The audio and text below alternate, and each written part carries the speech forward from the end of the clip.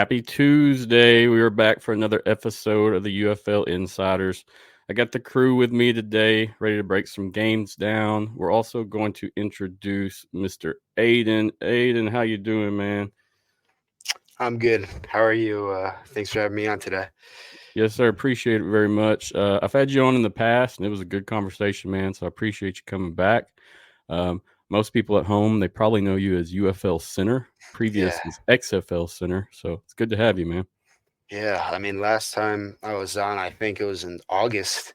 We hadn't even known that the merger was happening. That didn't come till September. So it's crazy, how fast everything came together with the whole UFL. Last time I was here, we were just talking about the XFL season, and now we're here. Yeah, I think we were making plans for next year and hoping for the best the Yeah. last conversation we had.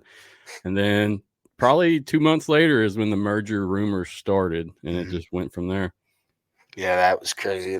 3 months. We were 3 months of the league left us kind of in 3 months of darkness there. I think between September to the end of December, we were kind of left in the dark until the big announcement was made. A lot of moving parts with that. Yeah, that's what I was going to say as well. A lot of different complications from that era and things that we remember. Hmm. But I'm glad that we made it to the other side now, and we actually have a spring league to support and watch. Yeah, I know. There were people talking about that. We wouldn't get the spring league till or the UFL till 2025 because so many logistics that had to be sorted out. But I'm glad we got it, and that we're going into week 3. And the I'm sure we'll talk about this later, but things from a rating standpoint, at least, have looked pretty good. Attendance, not so much, but I'm sure we'll talk about that later. Yes, sir, for sure, for sure. Basically, on the show today, we're going to just break down last week's games, week 2 games, and talk about them with the different contributors and people in AFN.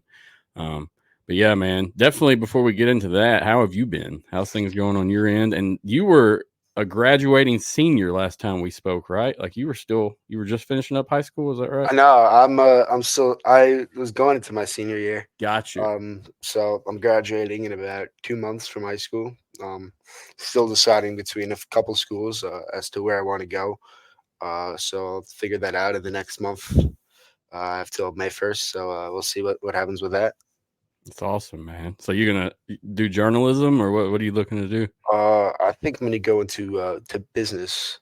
There are a few schools I applied to, with dual major that would entail journalism and business, because journalism, I've been doing it for a couple years now with the alternate football. So that's definitely something, that's interested me. So, but business too, that has also been, I apply to most of my schools, business, and some schools with the dual major in journalism. So I'll see what happens with that. Well, good luck to you, man. Thank you.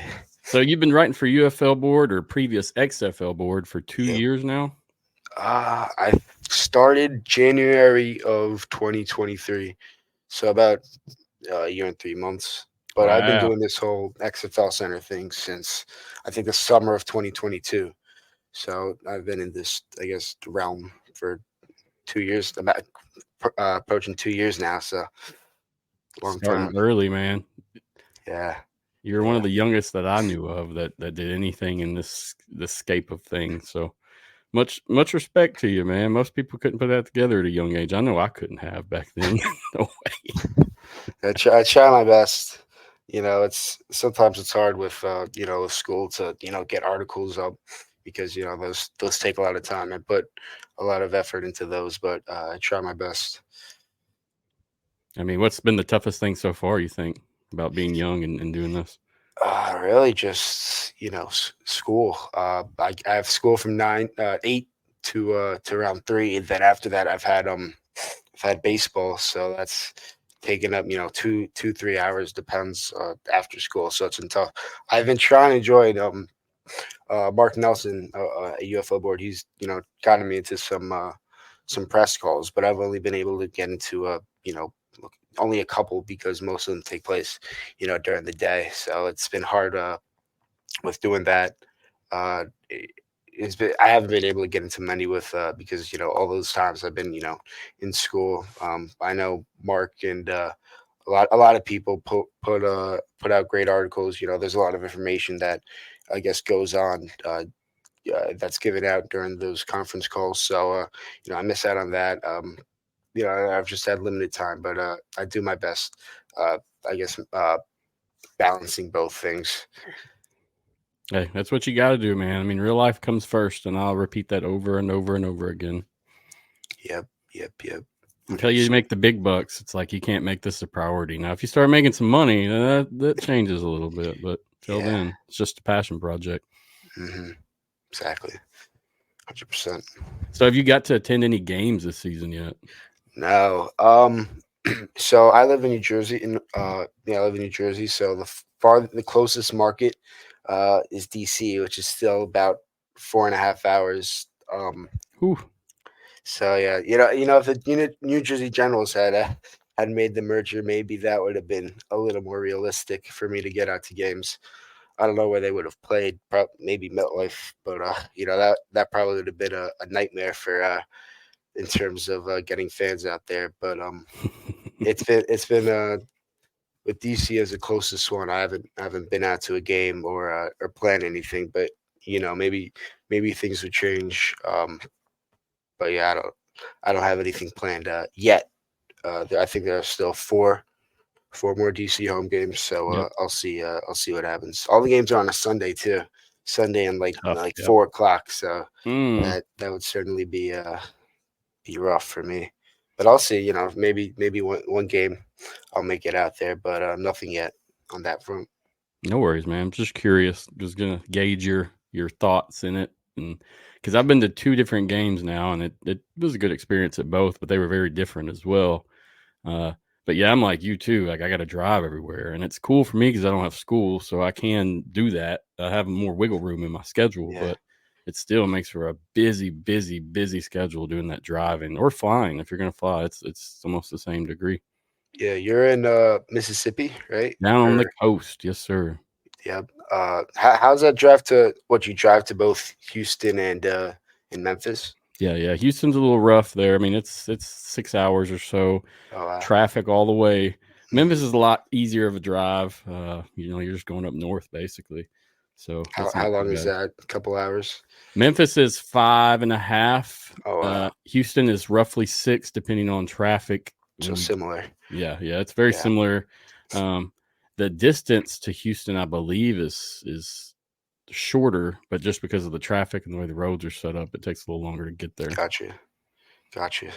But yeah, it's always good. I mean, I've visited Houston more than I ever have because of the XFL and UFL now. Yeah. So, I know you went to some Roughnecks games in last year, right? Yes, sir. And you went to the championship, right? Yes, sir. Nice. Yep. You got any plans for this week 3? No, sir. I'm surprised. Maybe Birmingham is probably the closest to you, right?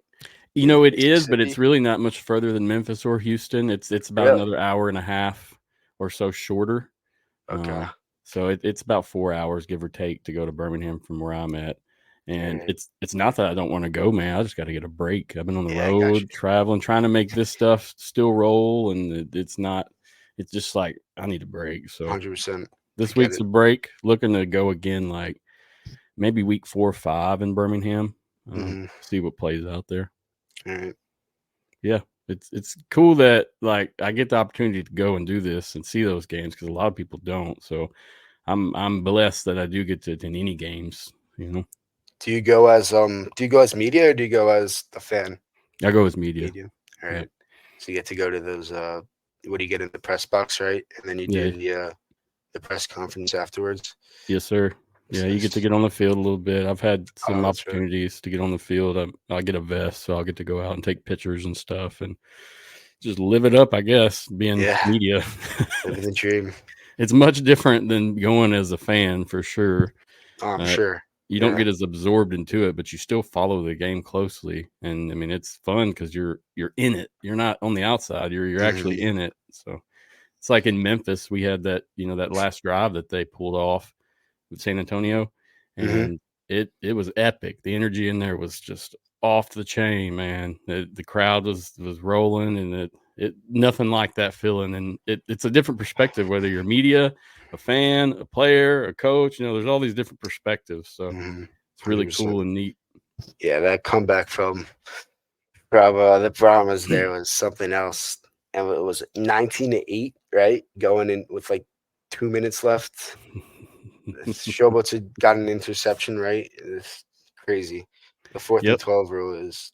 Let's get that. Let's get that up. Let's talk about it. So it was 2019 to finish. Let's get Mike G on. XFLMikeG, what's up, man? How you doing tonight? How's it going, everybody? Pretty good, pretty good. How's it going, guys? We started talking about the game a little bit. I figured I'd bring you on in. Yeah, I heard that. I was like, he's going to give away all my talking points. Sorry. No, but Mike, man, I was wondering if you could tell us more about this game. I was there in person. Epic time. I mean, I couldn't have chosen a better game to attend this week, in my opinion. Give us the rundown. How'd it go? Big plays? Anything you feel is relevant? Well, normally you'd say in a game it's like a tale of two halves, but this one was really a tale of the first 3 quarters and the last quarter. The first 3 quarters were terrible for the Brahmas. We kept giving them penalties that would prolong their drives. Fortunately enough for us, they weren't converting touchdowns; they were turning them into field goals. So by the end of the 3rd quarter, we were down 16-0. It was not looking good for us. But as a fan, I completely forgot. As a Brahmas fan, I'm thinking, oh man.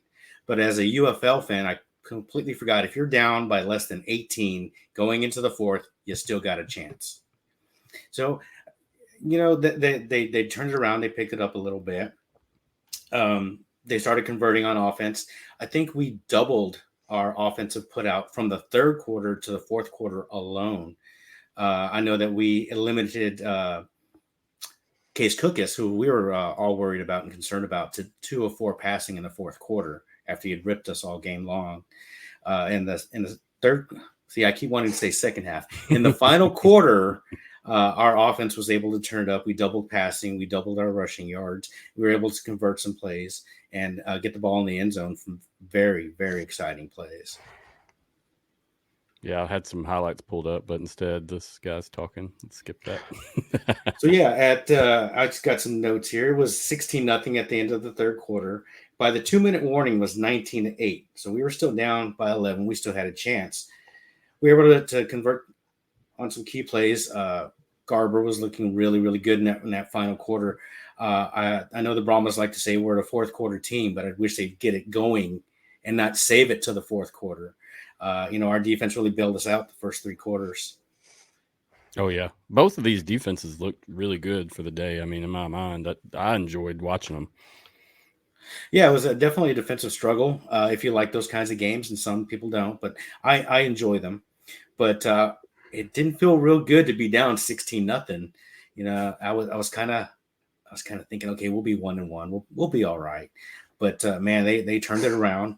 They stopped committing stupid penalties. There's one on the screen right now. Mm-hmm. That was considered a punch that led to the ejection. So his swiping down, trying to get him off of him, was considered a punch, and that's why they ejected him. And some people weren't clear on that. But, yeah, that's what led to the ejection. I'll tell you, I was watching him all game. I mean, he was ready to fight the whole game. And that's fine. That energy is needed as long as you're not doing it. But you could see him getting into his other players and telling them to straighten up, do better. So, yeah, that penalty was crucial, though, and it sucked that you guys had that happen. Yeah, we had another penalty where we had stopped him. Cookus, we stopped him short on the scramble, but we hit him late for automatic first down. And I believe they converted that to a field goal as well. Yes, sir. Yes, sir. So down by 16 with 51 seconds remaining in the 3rd quarter. I mean, that as a fan or a player, as a coach, I mean, the alarm bells are ringing there. Crazy that this comeback happened. And it shows the magic that's possible with the UFL or XFL or USFL or whatever you want to call it. Because, I mean, this is what's possible in this league is teams can come back with little to no time and pull this dub off. Yeah, I mean, after we scored that the 10-yard touchdown to Stevenson to kind of get it rolling, then I was like, you know what? We got a shot. And sure enough, they pulled it off. And it was an incredible game. I wish I could have watched it live and been there with you guys. I saw you guys a little bit on television there. You and Hornsford, and then you got those great video clips on the sideline. I don't know if anybody saw those clips of the mariachi giving the sombrero to Wade Phillips. Matt was the one who filmed all that from the sideline. So props to you for that. Hey, I appreciate it. It was a good time. And guys at home, if you're watching this, check out the socials. I'll be adding a bunch of stuff to Instagram tonight, but Facebook and Twitter, YouTube all have these clips on there. And I've got more to add. I just haven't had time yet. Oh yeah, I mean, we could spend a whole day talking about just this one game. So I'm trying to keep it compact, and we've got to guess and be respectful of that. But yeah, it was a tremendous game. Of course, San Antonio's looking forward to St. Louis. That's the next stop on the revenge tour, but we won't get into that too much. Yeah, no worries. Hopefully we can get back on and maybe do a breakdown soon. But let's talk about that last play or the last drive, man. I mean, as a fan, what were you thinking as you seen these guys line up for that 4th and 12 and attempt to get that ball back? Honestly, I kind of felt like we were due. We were due for something like that. It's kind of a makeup for the first game in San Antonio against St. Louis, where AJ McCarron did a 4th and 15 to us. So I was like, you know what? We're kind of due. We're kind of old. Let's complete this comeback and get the ball in the end zone and get this W and get out of Memphis. Yeah, I mean, it was epic, man. It was such a good play. And then when they got the opportunity, who else but Cody Latimer to be there, man? I mean, that is the guy that you want to depend on in the red zone, no doubt. He got a little bit more targets this week versus last week, and of course that big one at the end. But yeah, they're starting to spread the ball around a little bit more. Kirkland obviously got his catches. Yep. Stevenson did real well, and of course, like I said previously, once they start realizing all the weapons they have, this offense is going to be unstoppable. Yeah. And hopefully they don't have to – it doesn't take as long for them to wind up this week 3 game. I'm hoping that they really get off the block, fired up, and ready to go. Yeah, let's not wait till the 4th quarter again. Let's not do that against St. Louis at home. Let's not do that. Yeah, I agree. And I found it interesting that, Chase Garbers, he was the safest quarterback this last week, week 2. He most of his passes were 10-yard passes. There wasn't much that went on down the field. So it really shows that they take what they can get. And as a coach, they're scheming and trying new things as well. Yeah, and that's a credit to Garber as well, because he's smart enough to understand you take what you can, you get what you can. Even if it's dinking and dunking, you get down the field, you get first downs, and eventually you get a touchdown. Yes, sir. Now, before you roll out, I want to talk about the attendance. We had 8,971 in attendance. I mean, honestly, they were spread out there in Memphis. I know we had it all on one side of the field, but it would have been a better view to see more people there, more bodies, no doubt. I was a little disappointed. Me as a media, I mean, I was there 2 or 3 hours early, and there was a lot of events going on around Liberty Stadium. One was a cancer walk called Walk with Your Sisters or something like that, and I stayed in an Airbnb very close by. I mean, it was right in front of the stadium. So the morning I get up, I'm like, man, they're tailgating. They're getting down over there. This game's about to be legit. This is about to be, I mean, it was loud. It was shaking the house we were staying in. So I get my stuff on and I go that way and I find out, hey, this is not for the UFL. This is totally not for the UFL at all. And not a single one of those people attended the game. Was a little disappointed in that. I felt like that would have been a good opportunity to get some more bodies there, but it is what it is. And I don't know. I just wanted to note that because when I got there that morning, I was so excited. And it was disappointing to see that those folks did not make it. And there was also an AAU basketball tournament going on there at the same time. Yep. I mean, it was a busy weekend in general in terms of TV as well. You had multiple events going, multiple things happening, and this game started at 11 a.m. And that's killer. Yeah, definitely. I wonder how much that affected, total attendance, because I know last year even the Showboats in terms of attendance, they looked much better in the USFL.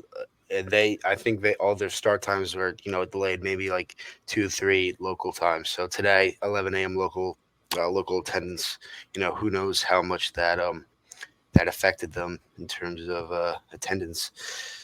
So. Yeah, agree with that 100%. So we had 718,000 average TV viewers. It was on ESPN. It wasn't a bad showing for ESPN, but we definitely want to see some more views our way, better as we can get. In terms of showings, we were down a little bit across the board, and you'll see that as we go through each breakdown.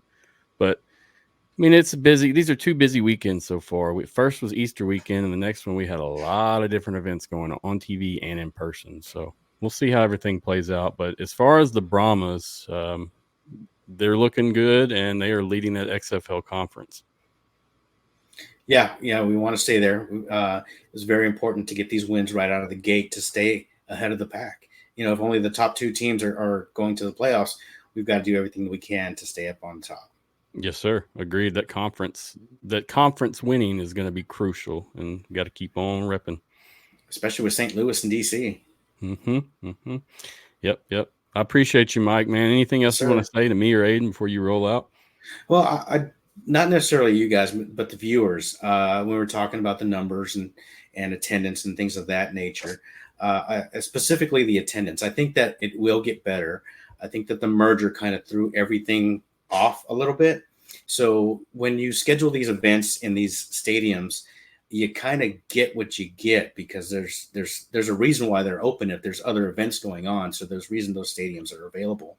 So this first season, I'm willing to give the UFL pass because it looks like they did a decent job getting in where they could fit in. So I'll grade them a little harsher next year or the third year, but that's all I wanted to say about that.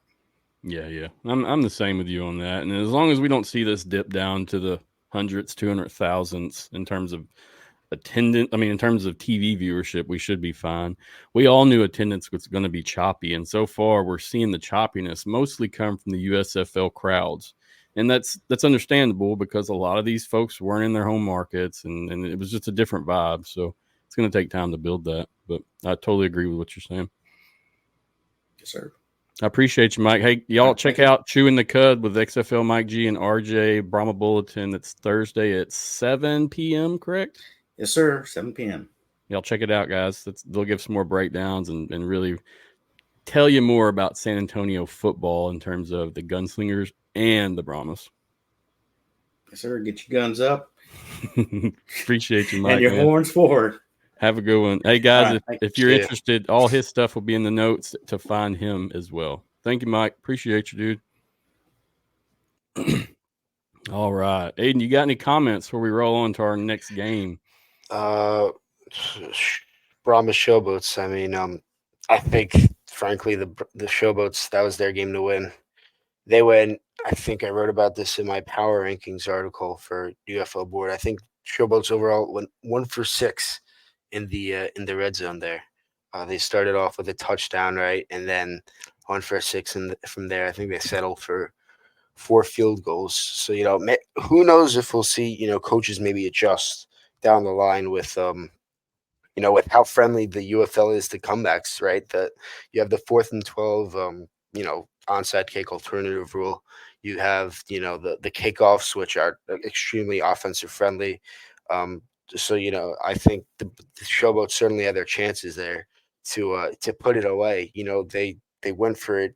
They settled for field goals. I think one of them was 4th and 3. Another one was, 4th and 5. Maybe I wonder how we'll see, coaches, adjust because, within 2 minutes and, having been come back on from down 19-8 is insane. Yeah. So that's just my thoughts. Yeah, I agree with that. In any football game, if you see somebody come back that much, that's huge momentum swing, and there's got to be a lot of things that line up correctly for that to even happen. So I knew that once they started moving that ball and they got some points on the board, they caught that momentum, man, and they took off with it. And if I remember correctly, they're the first ones that in the new league that have completed that 4th and 12 for a conversion. I believe so. Yeah. Any other team yet? Yeah, I think Mike was talking about how the Battlehawks in the opener last year, they did it against the Brahmas. It was, I think, 12-3. And then, the Battlehawks had a nice little comeback there in the season opener for the XFL 2023. So, I guess full circle moment there for the Brahmas. No doubt. I heard that Battlehawks there. Yeah, You've been looking on the socials a little much. I know. I've been reading them myself, so I understand. Yeah. All right, let's work into the next game. And for the next game, I've got two pieces. We got two people. We'll have Brian coming in to tell us more about his breakdown of the game, and then after that, I'll have a clip from DeMarcus, and he kind of gives the breakdown from an Arlington point of view. And so we'll get Brian in here. Brian, what's up, man? How are you tonight? Good. I'm ready to talk about the Bottlenecks, apparently. It's loud where you're at. Where are you coming in at? Yeah, so I'm actually at Busch Stadium, the Cardinals. I'm at a Cardinals game right now, and I kind of double booked myself, and I was like, it'd be kind of cool to, show off the stadium while I'm here, find a quiet spot, and talk about the Battlehawks. So. Yes, sir. I appreciate the time, and that's awesome scenery. I know nobody's complaining, especially Battlehawk fans. They're loving it, I'm sure. Yeah, definitely. So you were in attendance for this game. How do you feel it went? Break it down a little bit for me and give me your points of views. Yeah, so, it was a solid – sorry, I think somebody just hit a home run. You're good. I'm not hearing fireworks, but we'll see. So it was a solid game. It was a back-and-forth game, and it was one of those games where both quarterbacks were just good game managers. And it was hard to be a fan in terms of what our defense was doing, just because Luis Perez is so good at finding the holes in coverage, and we have sort of a bend don't break defense. So we didn't give up a ton of big plays, but we did. You give up a lot of completions to. You just saw a perfect example there on the screen, but back and forth game, 4 lead changes. We ended up coming out on top. And I felt pretty good about it, getting a game-winning kick after last week's heartbreak with that crazy Detroit kicker. Yep. But it was a fun game, a good quarterback play, and it was a solid, first game to the season. So yeah, this game went basically back and forth. It was a good game. I enjoyed it.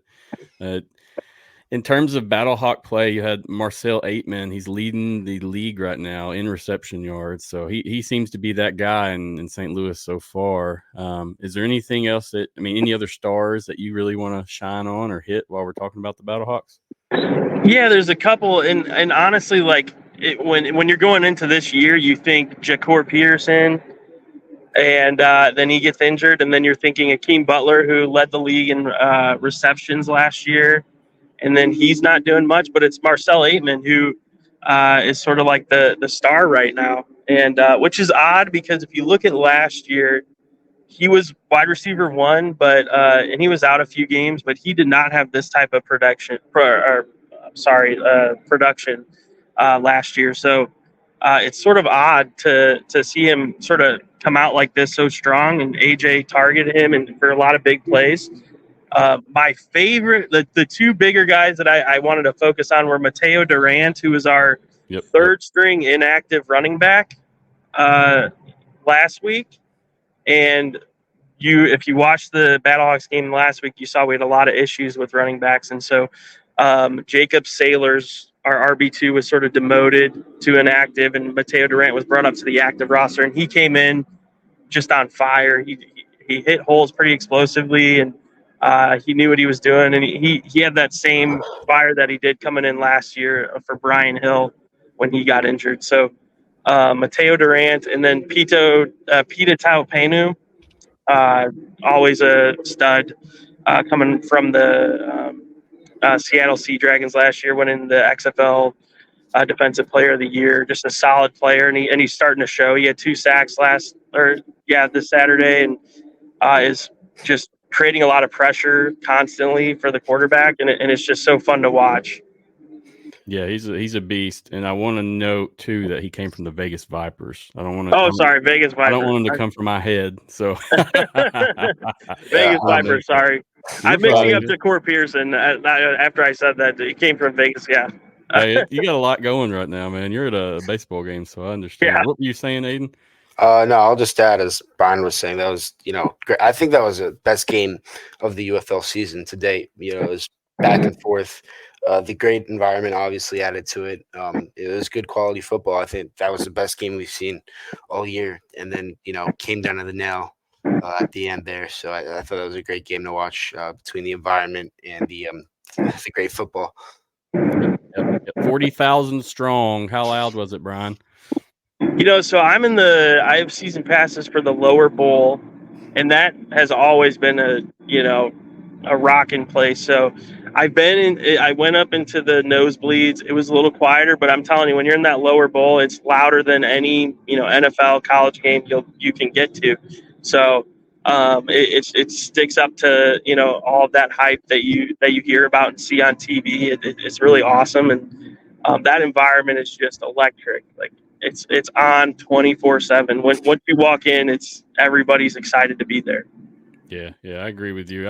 I was there in the 2020 season, and man, it was good times looking back. Mm-hmm. I still got the videos to prove it for sure. Yeah, the 2020 when Jordan Thomas was the quarterback. I went to all of those games, and it was just so fun. I'm from Chicago, so I've been rooting for Chicago teams, and if I'm a Cubs fan in a Cardinals game right now, so I've definitely never felt welcome in St. Louis sports. So finally having a football team and going to those 2020 games was awesome, and it's just been great to see it be picked up again in 23 and then now in 24 with the UFL. Agreed, man. Agreed. And you made some good points. I mean, the athletes are watching as well. There's going to be key players for you. Once Ja'Cory Pearson gets back, I mean, those Battlehawks are going to be looking a lot different, in my opinion. Right. And I kind of talked about, I'm going to get an article out here in the next day or two, I think, talking about this, but we were talking about the odd man out on the offense, and I think it's going to be Darius Shepard, but he has a huge role on special teams. It's just, Pearson, Aitman, Butler, Shepard on, as receivers on a team is just sort of, insane to think about. Those would all be wide receiver ones on any other team. So, a lot of cooks in the kitchen, but I think it's a good problem to have. Yeah, I agree with you there. And I mean, that when I first was looking at this team in the offseason, when they first did the rosters, to me, this was the strongest in terms of receiver core. So hopefully they pick it up and they find their true point in all this UFL stuff, I'd tell you, though, I was impressed with it. Both of these teams battled it out, and it really just came down to who you had playing, in my opinion, who was there. And so I enjoyed it. And the 40,000 in attendance, we had 40,317 in attendance. And then we had over 900,000 in average TV viewers on ABC. I almost screwed that up really. Score was 27-24. Battlehawks pulled it off. Yeah, good day to be a Battlehawks fan. Well, yeah, that I think that was going against Alabama, UConn, right? This game was going, so that's it makes it even more impressive that they were able to draw, close to 1,908. It's definitely, great considering WrestleMania. That too. Well. Yeah, that's right. That's a pretty big deal for most people too. So considering all weekend, just with how the UFL competed with, the college basketball, WrestleMania, as you said, I think very a good sign. Right. Agreed. And just a quick note, there's a Cardinals game earlier that day at 3:00. There was a St. Louis City Soccer, which if you know anything about St. Louis, their soccer is like packed out every week. Yep. So there's major sports happening in person in St. Louis. I think that they said there was over 100,000 people at sports games in St. Louis that day. So, wow. And I was surprised at our number, the 40,000 plus. We talked about it in the pregame, but it didn't look like it at times. But when you consider the 400 level section, it probably filled out to just over 40,000.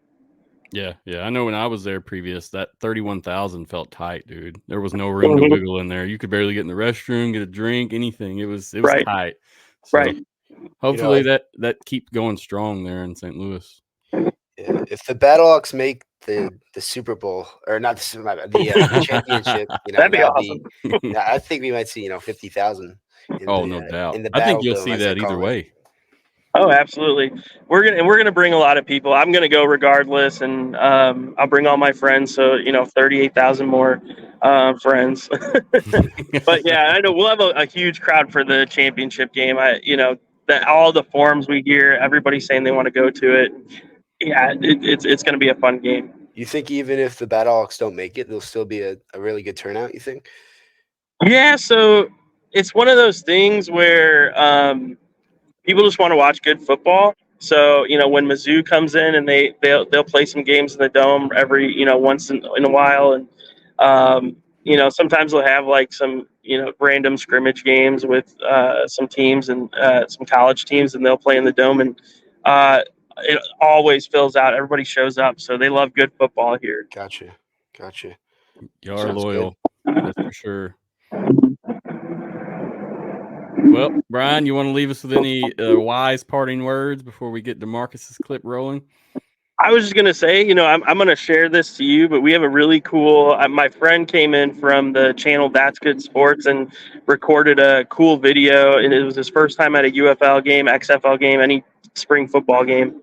And he had a really cool breakdown of the day, really funny. And I'll share that out. It was cool to see from his perspective. So I just want to give a shout out to my friend Johnny, and I'll get that out to you, Matt, to see if you want to share that on any platforms for anybody to watch. Yeah, for sure, man. Please do. Shoot me a link as soon as you can, and I'll add it to the notes for sure, and then I'll share it on my end, no doubt. All good. All for the love, man. If you got something you're saying is worth seeing, then let's see it, Yeah, definitely. I appreciate your time, Brian. Enjoy that game, dude. All right. We'll talk to you later. Yes, sir. We'll see you soon.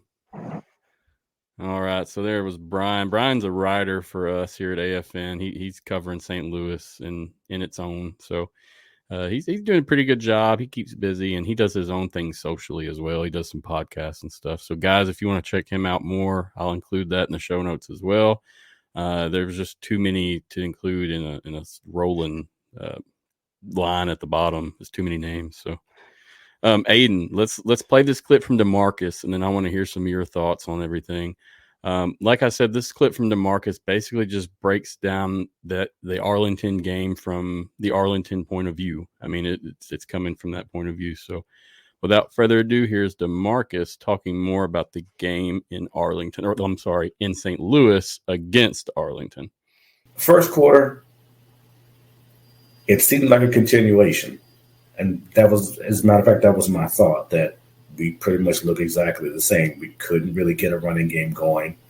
I thought that this time we saw some good pockets for Perez. He seemed to be able to distribute the ball. It seemed like he was seeing the field a whole lot better, or at least he had enough time to see the field. But we didn't really get much out of the run game, which is going to factor in later on. But a positive from the first quarter is that it did seem like the Renegades were able to give Perez better pockets. Second quarter is where we see both teams hitting their stride. St. Louis put up the first points with a 24-yard pass to Aitman. We see Perez able to convert a 2nd and 12 to Van Der Esch, which kept their drive going so that they could respond. And then Lindsey Scott was able to get a 6-yard run to tie the game at 8, both teams going for 2-point conversions after their scores.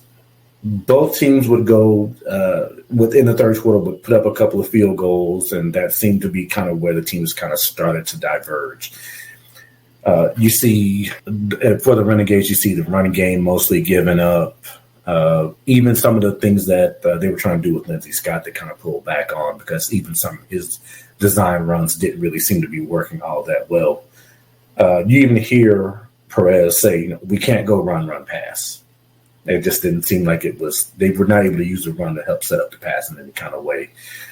And so what you start to see them do more of is screen passes to kind of supplement what the run would have been able to do. Perez converts a big third down, 3rd and 11 to Javonte Payton, helps set up a TD pass to Saul Cannella that gives them the lead 17-14.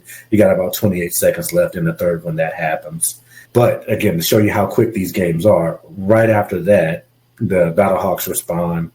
They get a 53-yard TD bomb to Aitman that puts them back on top.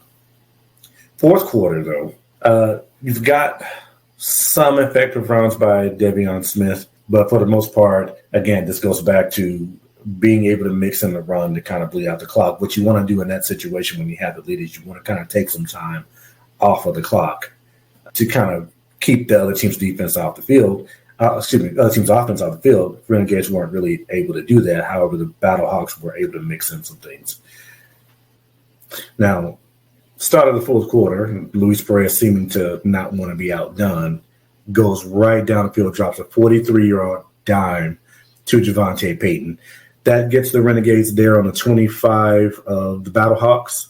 And this drive actually seemed to be one of the more productive run game drives that they had so far this whole season.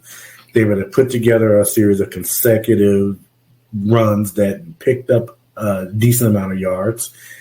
Devion Smith ends up going in, getting the short yardage TD. They convert a 1-yarder point after. Now, after St. Louis gets a tying field goal, you start to see where not having a bell cow, a consistent run game, starts to hurt the Renegades, because what they need to do in this situation is one or two things, if not both. They need to run the ball, drain the clock down, and they need to put up some kind of points to take the lead. It's 24-24 at this point. They threaten. They get a 3rd and 6. They throw the ball to Tyler Bonds. St. Louis is able to bat that down. That sets up a 46-yard field goal for Russolino. He misses. Mateo Duran exploits that. He gets a 41-yard run right up the middle, gets the Battlehawks immediately in field goal position. They drain the clock down, and then they end up with the walk-off field goal with 2 seconds left. Now, even though the Renegades lose this game, I thought they did a lot to try and find their identity. All right, so there at the end, he was saying he feels like they found their identity in this game, and I agree with him. Personally, watching this game, I think they could have used more of Lindsey Scott. And that may be my opinion, but you could tell when he did get in, that it was a rhythm the offensive needed, and it got them fired up. And so I'm hoping that we see more of him as the season unfolds. And that doesn't mean he takes the job, but a few series a game is going to be crucial for that Arlington offense. Yeah, I mean, Lindsey, I see people saying, like Panthers fans say, Panthers should trade for Scott or someone like Scott, because he's looked good. I mean, he's had limited reps, but they've used him, I guess, as a his mobility to their advantage there, and he's succeeded very well in his role. But I think DeMarcus hit the nail on the head there with a lot of the points he brought up from the Renegades. From a Renegade standpoint, I think offense looked great. Pass protection, and just blocking in general from the offensive line. I think that was good, and I think that's probably one of the biggest keys to success on offense. I think the Arlington Renegades are up there in terms of their offensive line. I think they got spring football king, as they call him, Luis Perez. They got a bunch of weapons too, between Devion Smith, Tyler Vaughns, Javonte Payton, Sal Cannella. The list goes on and on. But defense, I do think the defense needs some work. We saw rushing department. They let Mateo Durant, who was in his first game last week, he was inactive against the. He was inactive there in week 1, and he came on, burst onto the scene with 100 plus yards. So I think Renegades. I think the key to, if the Renegades want to rally from the zone 2 start, starts with beating the defenders. But I think the key there will be improving defense, especially that rush defense there, because we've seen it struggle even against the Stallions. So I think that will be a key moving forward. But I think the offense is in a good spot from what we've seen. Yes, sir. Agreed. And we'll move on from that. We've talked about it for a while, but yeah. I mean, and as Rick 8-Bit said here, he says, "I'm not worried about the offense. That D has me worried." I think we all kind of feel the same right now, and they're one of the defenses that hasn't really caught their place yet, and they will. It's just going to take some time, I believe. Yeah, agreed. I think some other defensive defenses have looked good, but Renegades definitely have to make some adjustments and figure it out if they want to make another championship run. So we'll see how they do it against DC, one game at a time. Yes, sir. Agreed. All right, let's talk about our next game. We'll have Stallions 20, Panthers 13. I'm going to bring my guy Mike Bell in. Mike, how you doing tonight, man? I'm doing good, Matthew. How are you, Aidan? I'm good. How are you? I'm good. How you doing, Mike? You were at the game this weekend. How was it? Give us the rundown and give us any kind of little secrets you can give us from the actual attendance of the game as well. Yeah, absolutely. So this is homestand game 2. And I think it's interesting how the old adage of the more things change, the more things stay the same. And as much as the UFL and the former USFL and XFL are known for the new stuff that we're bringing into the game, the same adages still apply. Who can control the line of scrimmage? Who can establish the run game? Who can minimize turnovers? And it really felt like that defined this game. It was an old school kind of game to me. And I came into this game thinking about 2 questions. Are the Stallions the same championship caliber team that we've seen the last 2 seasons in the USFL with back-to-back championships? And for the Panthers, what is their identity this year? And so going into the first half, we see a continuation of last week. The Panthers defense proved formidable, holding Birmingham to 3 field goals on 3 big long drives. I thought they did a great job at containing the running quarterbacks of Corral and Martinez.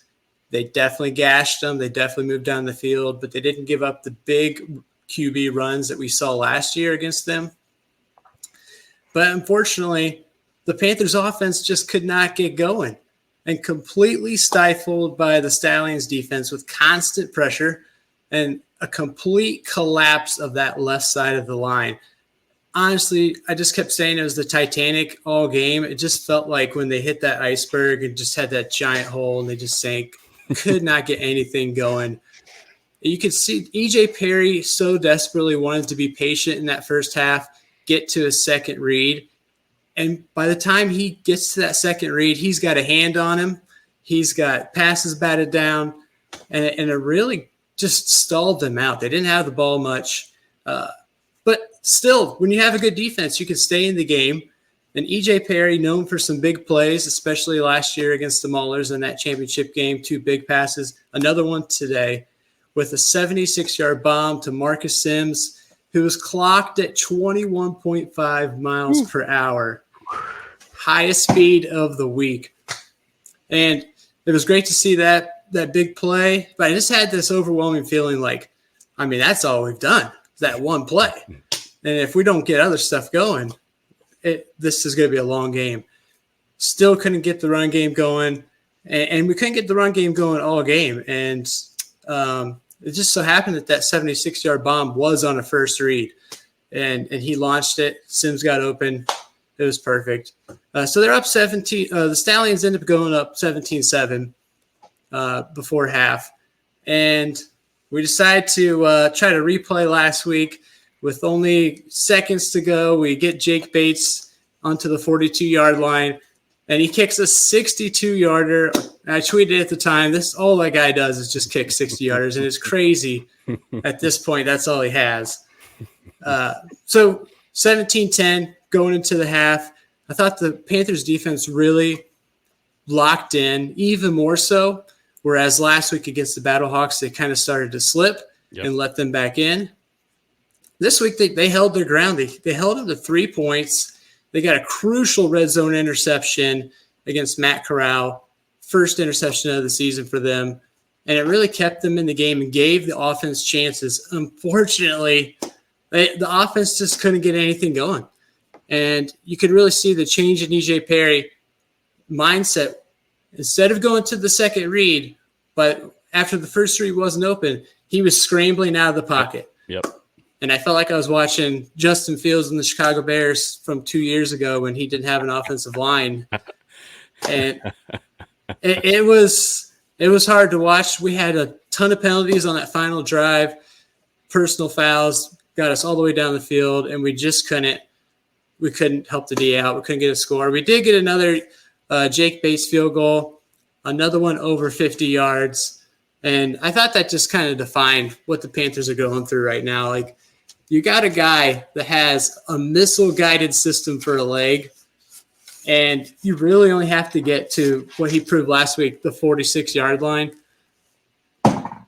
How many points could you score with this guy? You know, they should be putting up way more points, and they just couldn't get it done. So kind of to go back to those first two questions, I took away the Stallions are answering that question. Yes, we are a championship-level team.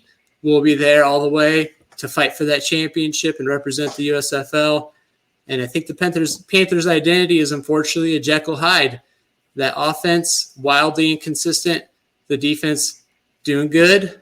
And unfortunately, when you don't have wins on the board, Jake Bates is going to define your season, and he's special. He'll be in the NFL next year. But I think that the Panthers really need to dig down and find some answers for that, for the lack of time that they have in the pocket. Agreed. Now, I will say this was a good battle of defenses, and I enjoyed it greatly. And then we had a comment here from Chris. He said Panther defense is elite. Birmingham defense is elite plus. And I think that's an accurate statement. That's perfect. You know, I think the Panthers could have pulled this one off with a correct offensive stand, but we just didn't see much good offense. I mean, it just wasn't there. But I feel like that defense did great, man. I mean, they held Birmingham to 161 rushing yards, 4.9 yards per carry, and that was while they were doing different quarterback combinations throughout the whole game. So I thought that was fantastic, and it's good to see that team has a very strong point that should ride out to the end. Yeah, absolutely. And I know that Aidan and I both agree we do not like the 2 QB system that Birmingham's running. I saw that you're in agreement on that. I just kind of wonder, where do you see that settling out? Do you think who wins that battle? Well, I think so far we've seen that Corral is a better passer. He's graded as a top passer on Pro Football Focus. But Adrian Martinez definitely, I think he's a faster, a little bit more mobile on the ground there. For sure. But I think, quarterback, main objective of a quarterback, you got to be able to throw the ball. We haven't really seen as much with Martinez's arm. He did I think he threw a pick against Arlington, but I do think ultimately it will come down to Corral. I think, I mean, unless they stick with the 2 quarterbacks system, I think Corral just has the edge with his arm talent. So I think that's where it will, if it does get settled, I think we'll see Corral win that battle. Yeah, I agree. And Skip kind of talked about it in the post game. He was just saying like he wants both QBs to be ready. The only way to get them both ready is to give them reps. But I kind of got this inclination that he's worried about Corral's injury history and needing Martinez to not be ice cold. So, but I do agree with you. I think Matt Corral is the guy if they can settle down on that. Aren't a factor. I think Matt Corral will be the guy. I really hope, because I think that's the key to finding consistency in a quarterback. I hope that eventually it's settled down to one guy. Maybe you'll see Martinez used maybe in certain packages, like the Renegades have utilized Lindsey Scott in certain read option plays. But I think Corral should be that guy for the Stallions. So absolutely, I agree. Yeah, when you saw them switch them out, you could tell a difference in that offense, and it was as clear as day from TV at least. And William here, he said, I don't think Coach Holtz will put up with another performance of his offense inside the red zone. There will be a difference in play.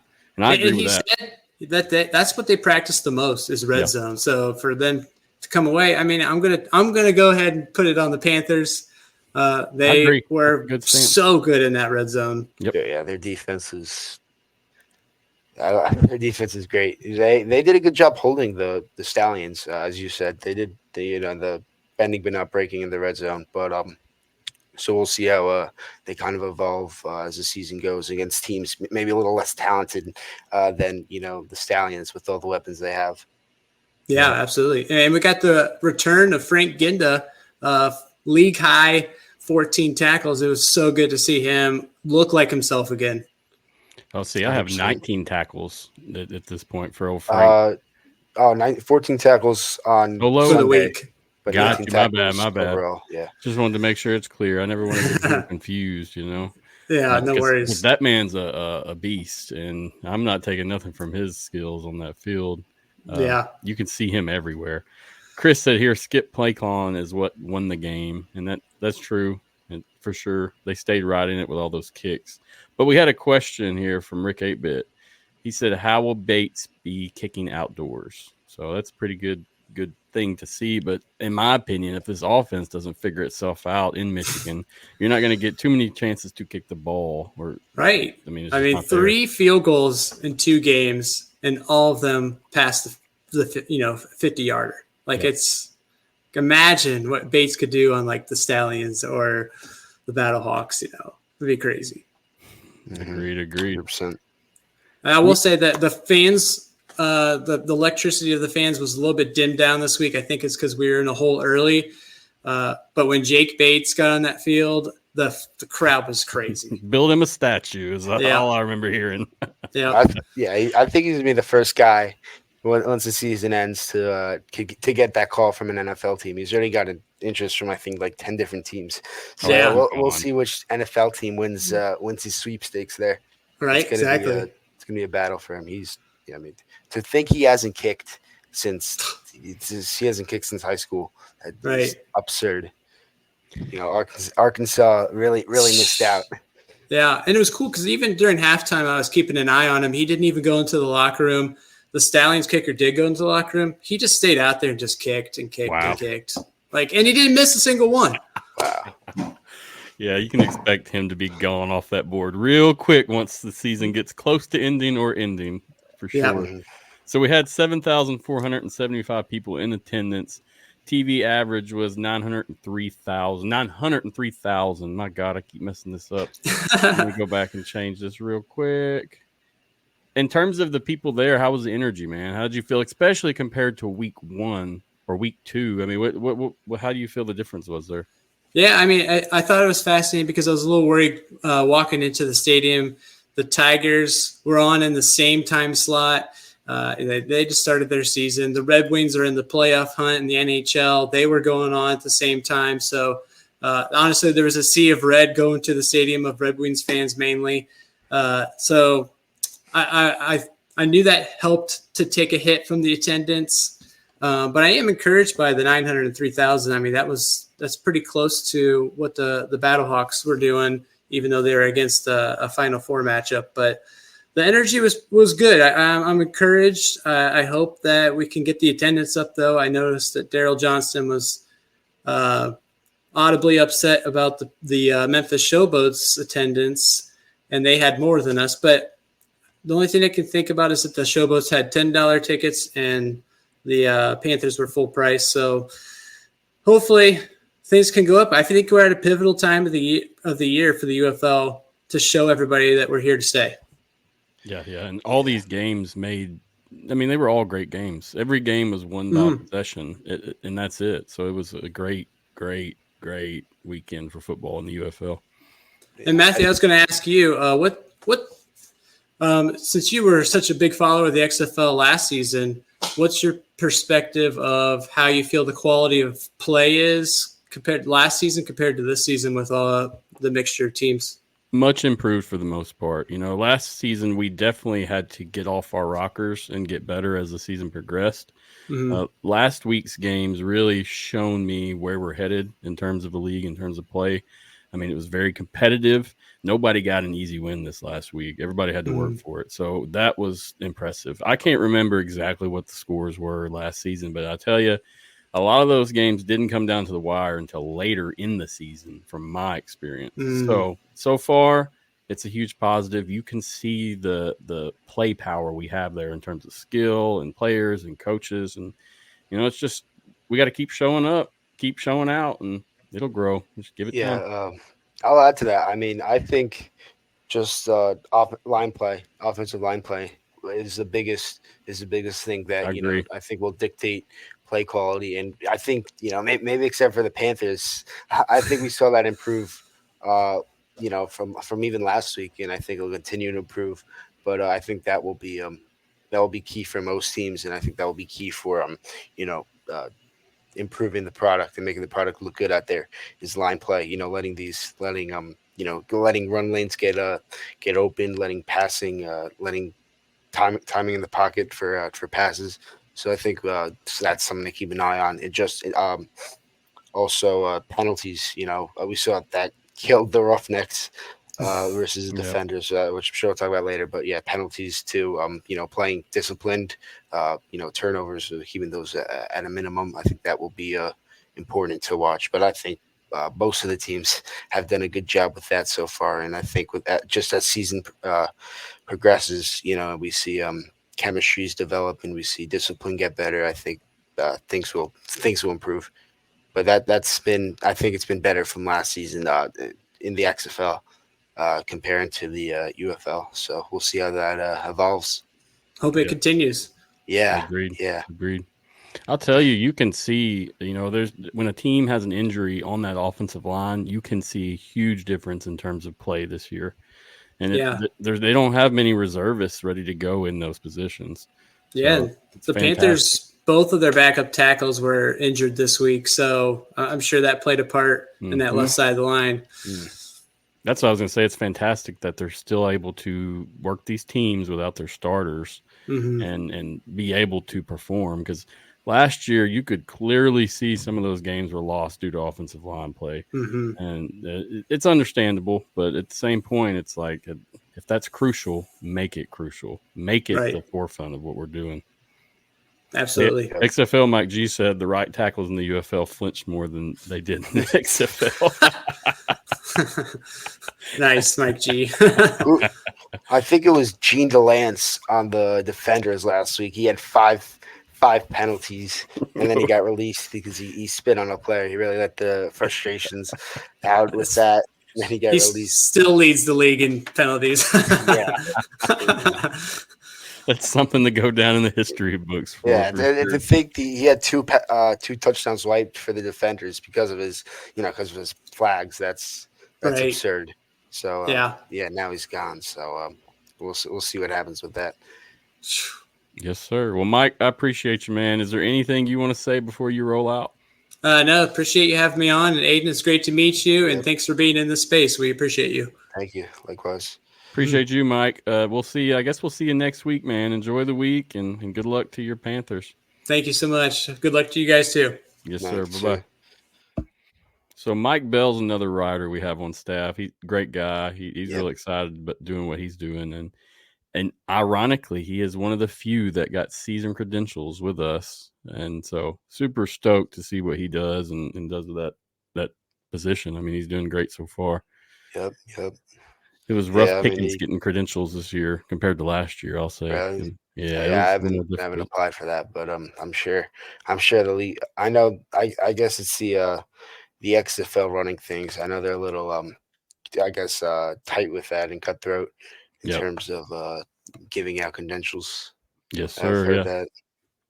It's tough, but if whether you're a fan or watching as media, it doesn't matter. You can still get the same experience, and it's not like when I'm covering a game, I'm still having to go back and rewatch stuff. It's not like that's my all telling seeing eye of being there. I've rewatched I think every game so far because it's so hard to pick up on everything. I'm writing my power rankings articles. I have to rewatch each game because second time you watch it, you rewatch it, you pick up different things that you hadn't seen live in person. So that's definitely something I've done as well. Agreed. Let's roll into the next and last game of week 2. The Roughnecks at the DC Defenders. Roughnecks lost that one 18-23. This was another nail biter, though. Let's get Kenneth. KJ, how's it going, man? How's your night? Oh, you got to turn us up a little bit. You're a little quiet on us. Is he muted? No, I could hear him just slightly.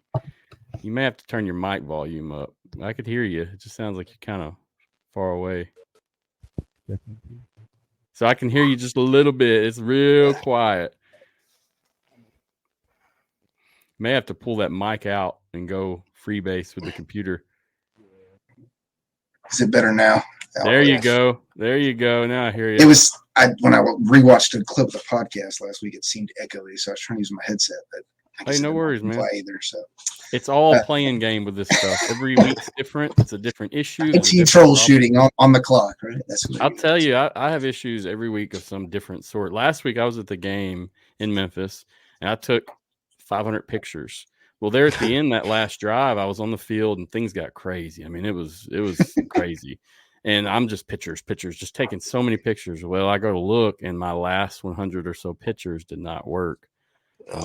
The shutter was stuck on the camera. It was too bright, letting in too much light. So it basically took away all my stuff from that last amazing comeback win period. But anyway, I understand, KJ. It's all good. Get you on here today. We want to talk about the Roughnecks. I know you got to be a little upset from this loss because you guys had this one in the bag if you just could have marched down that field. So, man, tell us more about it and break it down, please. Yeah, anybody can see my my Facebook page and watch the closing drive in which we fell apart there because I live shared it. But no, it was despite the loss. Once again, I guess I'm the cerebral optimist. I do think there's some good things to take away from the game as a whole. We obviously off the rip were struggling early. We didn't even get our first series successfully down the field before they had to punt, and then I believe it was blocked off the play. Thankfully, our identity is what we're known for. Still through week 2 is defense, and they responded almost immediately with that red zone interception that Tamu threw. I think DC's first series there in the red zone. So. You can't ask for a better response from a blunder such as a block punt like that, and I think we were on our side of the field when it initially happened.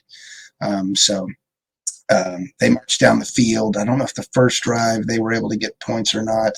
No, we had several punts, I think. It was basically second quarter they started to roll. Unfortunately, Jarrett struggled that game. I will say, on paper and from what you viewed in the game live, he definitely did not look as good as he did week 1, and he had his struggles plenty week 1.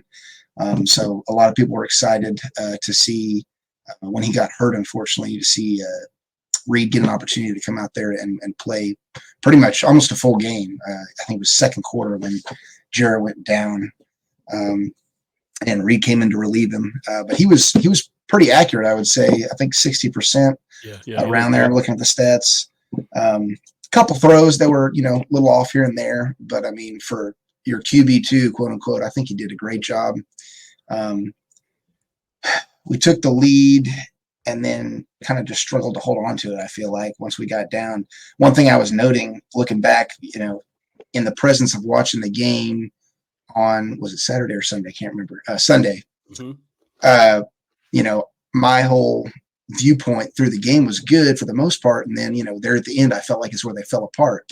Well, as I was kind of recapping over the past couple of days and even up till this evening for the podcast, I noted that honestly, as much as that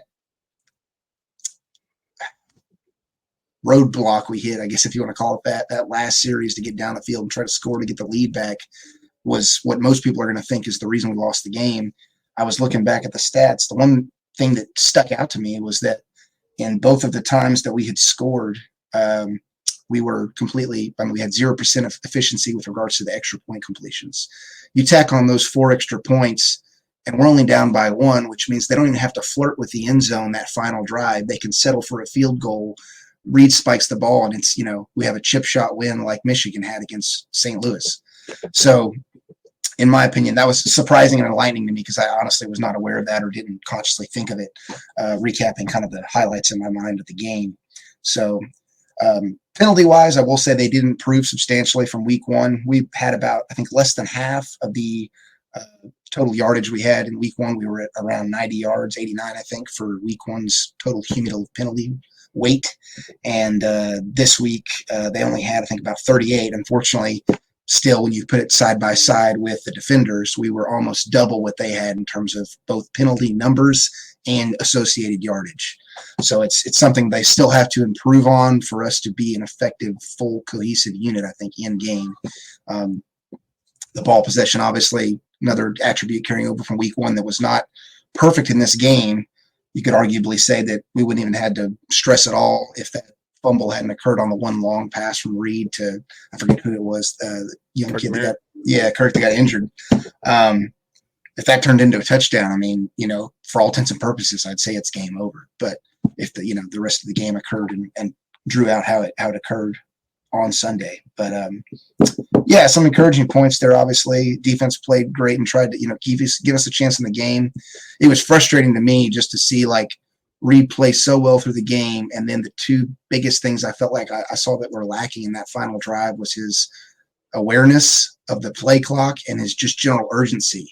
Yeah. It was it was either the first or second time we moved the chains into their territory past the 50. And he was I think he almost in a split second was unaware of the, present UFL rules with the clock rolling. And literally the camera was on his face when he did a double take and was like, oh crap, we have to actually move. And so that's when I was like, oh my gosh, come on, man. I was screaming in my lap chat. I was like, he was walking and yes. And I was just like, you are the leader, my guy. You got, the whole offense is going to key off of your level of urgency. If you have it or you don't have it, everybody's going to mirror that. So that was one frustrating tidbit I would say I took from it. Obviously, I hope going forward that, all of our games aren't this close, but with the way things have gone, it's an understandable, for some people out there to expect that to be the case. And if that ends up happening in these weeks ahead, I would say that's probably his biggest point of improvement he needs to work on, because he was, as we said, fairly efficient as just a passer in general. Didn't throw any picks. Couple balls, I think, were actually on target, and the receiver may have bobbled them or, dinged off a shoulder pad and was almost picked off, but that's not on him, obviously. That's just a cohesive component of the receiver taking in the ball when it's thrown to him. So, that last play was just a complete, utter shambles play. Yep. But no, I was excited to see them play so well, especially against a crowd like DC. I had made my picks amongst our unit of contributors and writers this week, and prior to the weekend, I was kind of second guessing myself, like, man, did I just make a blunder, dumb pick? Because DC has a good home crowd. They do. And I just, the cerebral optimist in me is going to continue to pick my team, I think, for a while until I get one right, or I'm going to either do the opposite, be like, I'm going to pick against y'all, but I'm still going to root for you. So we'll see how it goes. But it was a good game, enjoyable. Like I said, I think they have points to improve upon. If we can continue to improve on the penalties, I'd like to see, near nil completed next week. That would be could end up being the theoretical difference in the game outcome next week against Michigan.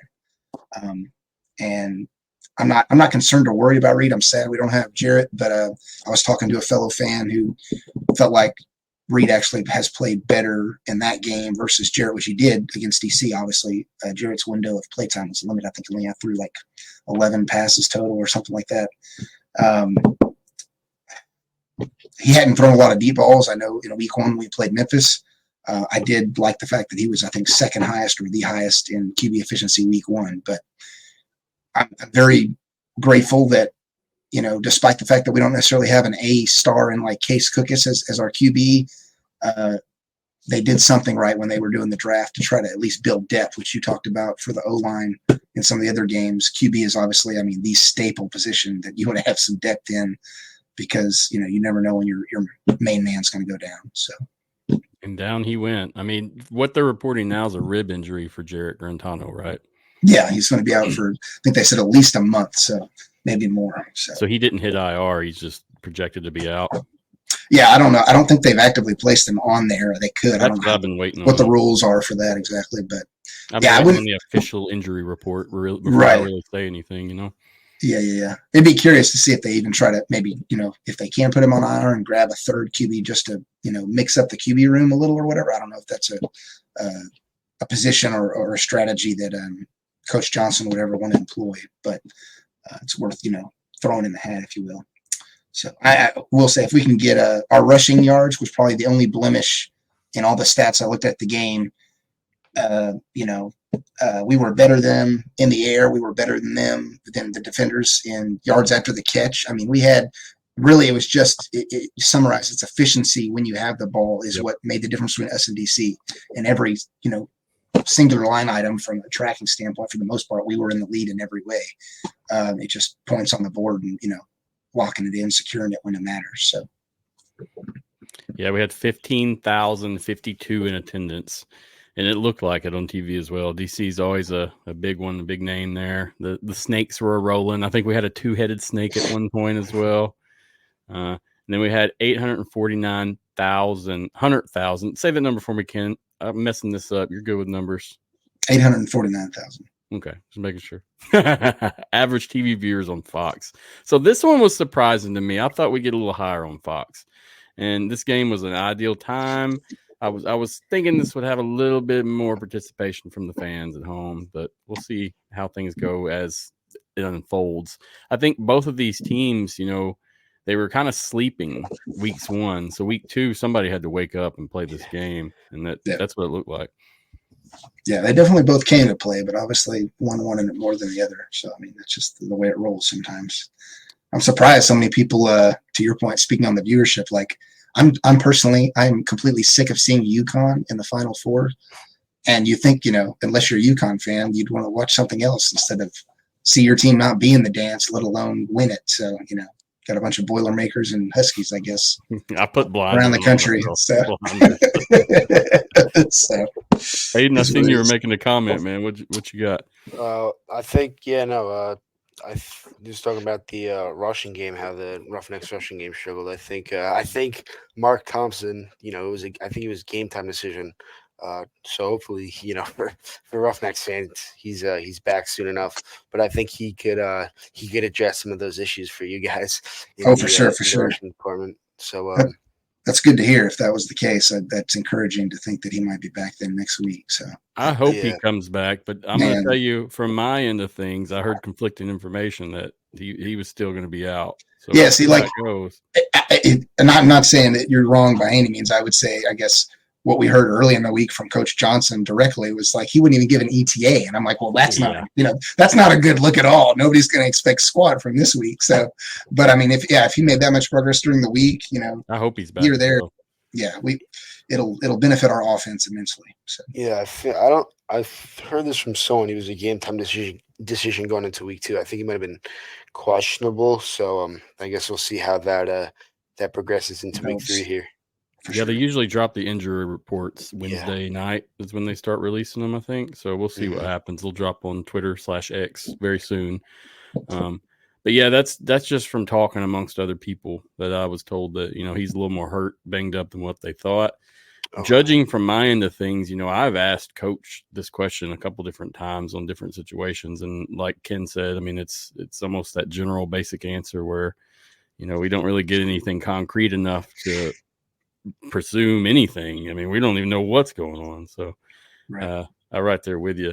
Now let's talk about Kirk Merritt being injured, though. That's a big one, man. He was filling a couple different spots on that Houston team, and he looked good. And so former Saint, I know him very well. Unfortunate, I believe he broke his wrist. Is that what they're reporting? It was some type of arm injury. Yeah, they said he tried to brace himself, I think, when he was falling back. The camera angle, it was frustrating me because I wanted to see a different camera angle to see how he actually fell on it, and they didn't change, I don't think, once from that recap of that play. It was just simply the main TV camera angle or whatever. Yeah, so. I think Kurt Menefee, who was one of the guys doing the broadcast, he said he fell on his wrist after going down with that after that fumble. So tough loss for Houston. Yeah, he was breaking out. Yeah, he's a fast guy too. That's the speed attribute. I think what helps when you can break away down the field, and that it opens up your pass play potential immensely. So. Yes, sir. Yeah, it's unfortunate, man. We'll see what they do there. And I don't know. Like you said, do they move Jarrett to IR and fill that spot, or what? What exactly are we going to do? And hopefully, for a month. I think the IR thing is the minimum time to miss on the IR is 5 weeks. Yep. So I think the logical move is to move him to the IR so you have space to add, another quarterback. It should be interesting to see who they go with if they decide to add another quarterback. Kenji Bahar, who was the Gamblers, the Roughnecks were the Gamblers last year. He was a Gambler starter last year. He was average. The Roughnecks, I think, had a 5-5 record. with Behar. He was I think he started all the 10 games, but he was released early on during training camp, and I was shocked considering he was how well he knows the system, and Right, I don't think he played bad last year. So I wondered what went wrong there. So we'll see. Maybe they give him another look with Guarantano down. So yeah. Yes, sir. Yes, sir. Hey, Ken, before you go, I had some comments from Rig Rocker. He said, "What's up, y'all?" What's up, man? Yeah, they got to give a shout out to Rig and Mr. and Mrs. Predator.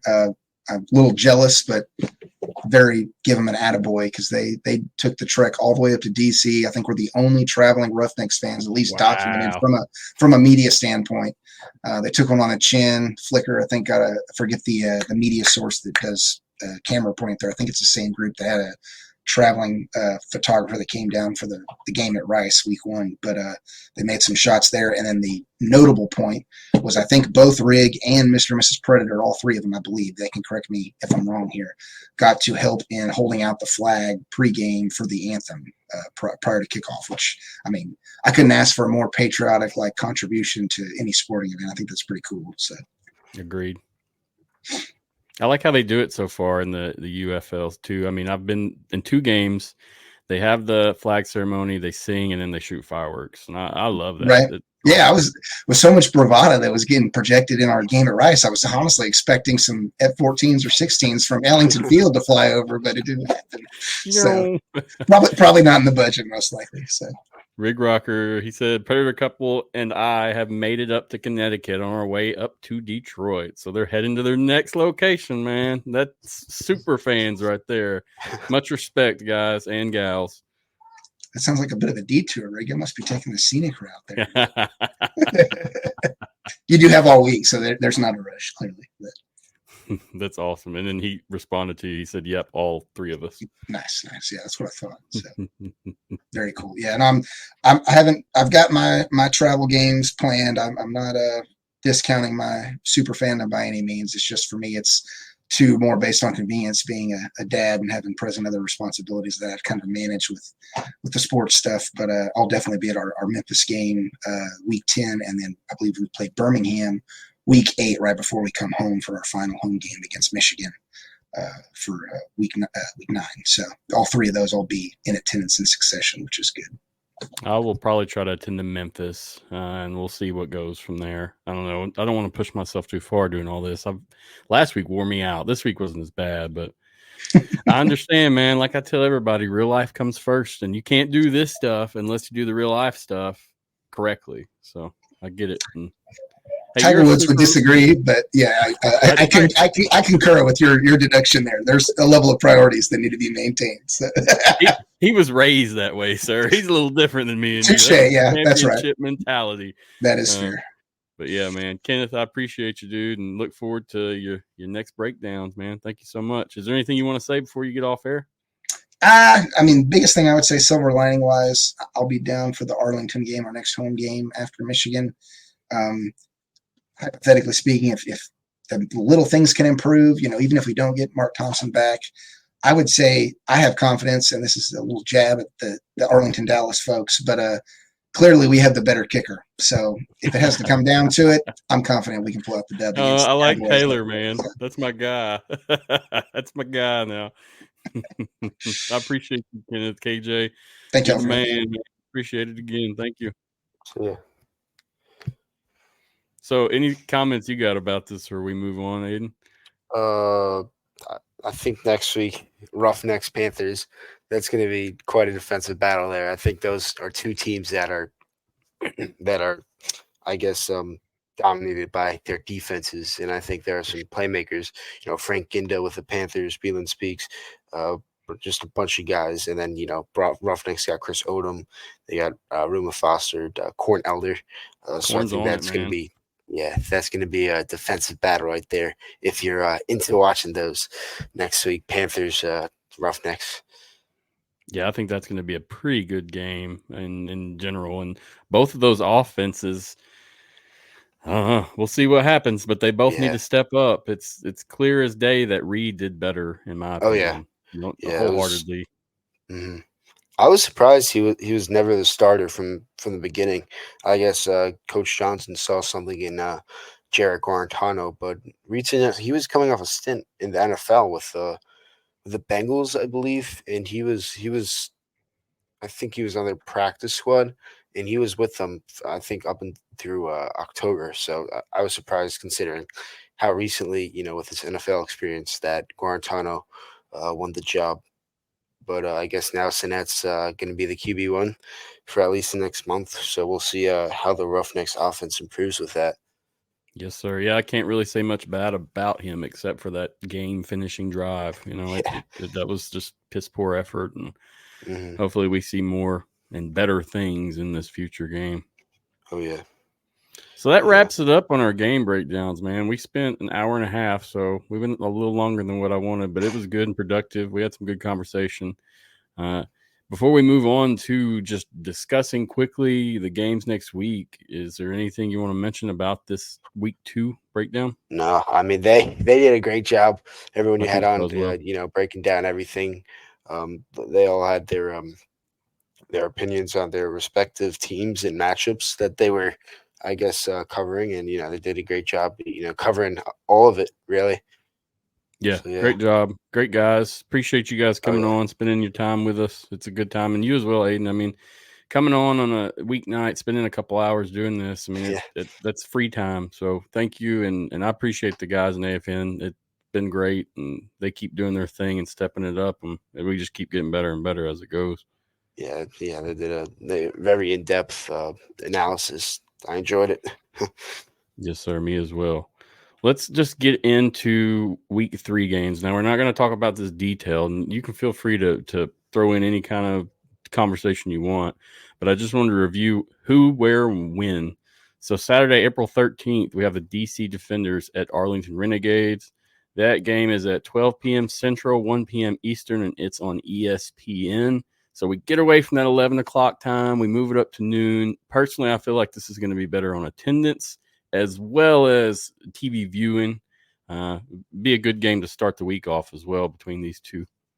Yeah, I don't know who they're competing with in terms of the local market or TV. Now that the March Madness is over, that makes it maybe a little easier. I think the league did a good job competing against March Madness through the first 2 weeks. So hopefully that opens up a slew of viewers to hopefully tune into football with the UFL. So we'll see. I know a lot of people are checking like Ticketmaster, seeing what they think is going to happen with the with attendance, but I really don't fall down that rabbit hole because I don't think it's too accurate. So we'll see. But the Renegades had a great crowd in their season opener. So really ideally they could keep that going. In that 14,000, 13,000 range, and I think they'll be in a good spot. So, yeah, they did do a good job on that game opener, and it should grow more. There was a lot going on that day for week 1 matchup, so I think it'll alleviate some fans to hang out at this new game. And what I've been seeing too is UFL is running a lot of ticket specials on different locations, depending on where you are. I don't know if that's the best thing because I think usually that indicates that sales are below their expectations. But, I think the key is, viewership is their main source of, I guess, revenue. The main thing, I guess, the big guys that Fox and Disney want to see. And I think with viewership will come, a more established fan base. You give fans free tickets or, reduced price tickets, and I think that will help with the product even on TV. People don't want to see an empty COVID stadium. They want to see fans having fun there and turning out. So I think that's a strategy in terms of trying to get as many fans as possible to turn out to games, and because I think if you see that that'll just all happen naturally. Yeah, I'm right there with you. There's nothing worse than watching those empty stadium games on TV. It's very boring. It's hard to get into it.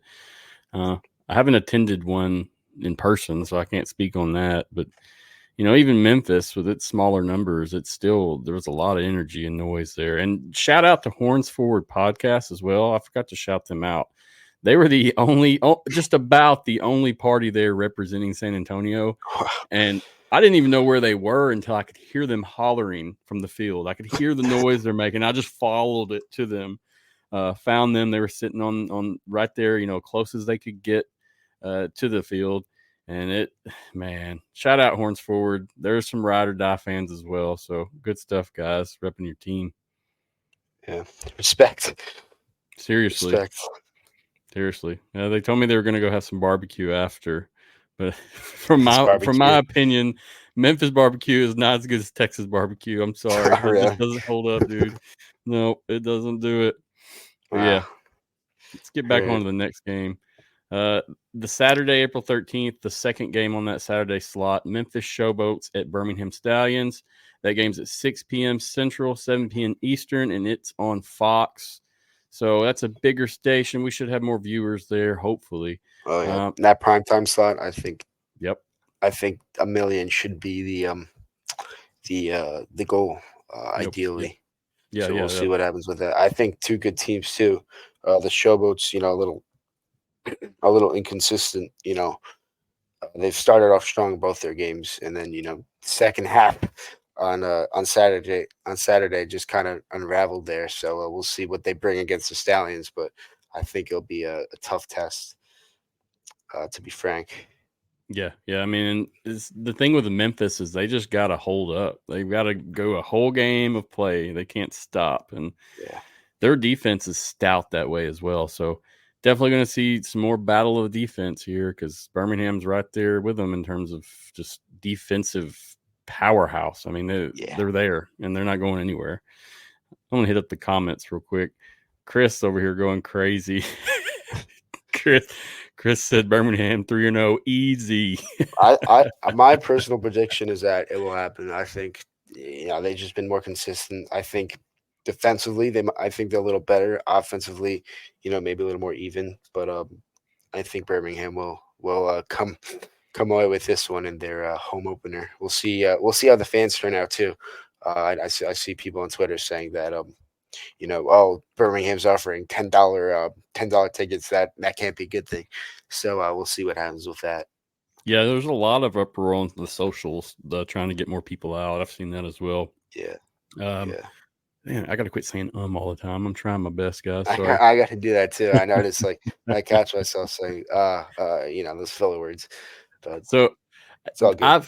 I've seen, like I said, there is some other event going on with Alabama down there. They're having some type of spring game. Yeah, I think that the Crimson Tide are having their Alabama. Yeah, they're having their spring game. I think at 3 o'clock. I'm not even close to Alabama, so I don't really know about that. But I think people are saying that's going to take away some football fans. So we'll see what happens with that. Yes, sir. Yeah, we'll see what happens. Agreed.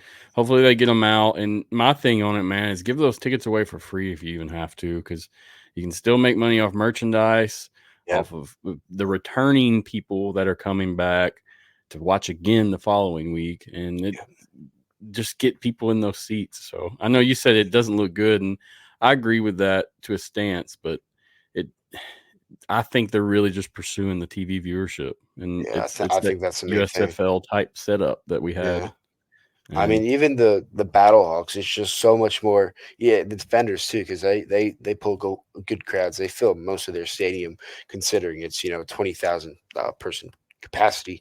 So I think really just getting more fans in the stands just makes it look better on TV, a better product, just overall. So I think that's key. Just watching the Battlehawks games is so much more to look forward to, because you're gonna have like an electric oh my God, I can't speak. Atmosphere, 40,000 in attendance. If they could, if that could be their average, that'd be great. Yeah, it will be great, and I think they'll keep stepping it up their way. I'm not really worried about the Battlehawks at all. It's the names that we know, and I won't shout them out yet. I won't bring too much attention to them, but in a few more weeks, we'll really be able to sit down and see where the weakest franchises are in this UFL game. Yep. And we'll see. I know the league is looking. I know, I think 2 weeks ago we saw trademarks for I think for the Cannon Bulldogs and the Nashville Tuners. So that's definitely a little more rumor mill speculation. But do we see maybe some of these teams go away and get replaced? If they continue to struggle. So I guess time will tell, or maybe we'll see expansion. I know the league wants to possibly sell these teams off to owners sooner rather than later. So we'll see what happens in terms of expansion. But we should definitely get through season 1 first before we talk about plans for the 2025 season. So yeah, agreed with that. And I try not to get too much into that realm because people get a little worked up when we start talking about that. But I mean, a team like Memphis really needs an owner. It would make a big difference there for them to have an owner to do I things. think owner of FedEx, Fred Smith, I think his name is he has come. I think he's come to the kind of the forefront there.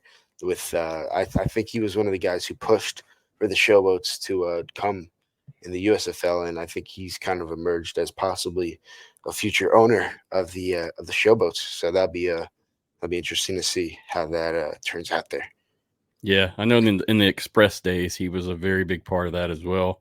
And even to their icon, it was almost a thing of respect for that industry that they have there in Memphis. So the logo they had for the Express, I don't know if you're too familiar. You can check it out when you get bored and you'll see what I mean. I mean, it fits the city well when they did the AAF thing there. Yeah, 100%. Let's roll on to Sunday, April 14th. First game of the day, Houston Roughnecks at Michigan Panthers. That game starts at 11 a.m. Central, 12 p.m. Eastern, and it's on ABC. Another early game for us. So everybody there in Michigan, they're going to be waking up early to head to that game and get ready. Yeah, we'll see. We'll see what happens with attendance because they were down. They were down from week 1, week 2. Now they got another 12 p.m. kickoff. So we'll see what the attendance looks like. Yeah, the 3 games in a row were surprising to me when they announced this Panther schedule. And it was especially surprising when we didn't see season game tickets go on sale until a couple weeks prior to the season starting. That really can't happen. I mean, I think they were moving it from I don't know too much about it. They're moving it from like different programming with the whole ticketing system. I don't know the specifics, but no, that can't happen. It reminded me a little reminiscent of the Vegas Vipers dilemma from 2023. They didn't have their single game tickets go on sale until after the season started. I think they opened the season at home in week 2, and they had their tickets. I don't think they had their tickets go on sale till week 1 started. So that's definitely that was a whole catastrophe. The wonderful Vipers. We love them. We miss them. Yeah. Fire Medic said those 11 a.m. games are odd. I felt weird in the Liberty Bowl at 10 a.m. Hey, I agree with you, dude. I was there at 8:30, so I'm right there with you. It was definitely a different experience. And I don't know. From my judgment, there was not much tailgate going on. There was a little bit of tailgating, but in terms of like some other places in the UFL, there was not much going on outside related to the UFL. Mm-hmm. Yeah, you're saying they had they had other stuff going on, right? They had like a cancer walk and that kind of stuff. But yeah, there was a couple other events going on there in Memphis, and that's what I was saying. Like I got there at 8:30, and it was loud, and there was a lot of people. And then I walked up, and they're like, "Oh no, we're going on a cancer walk. This is for wow."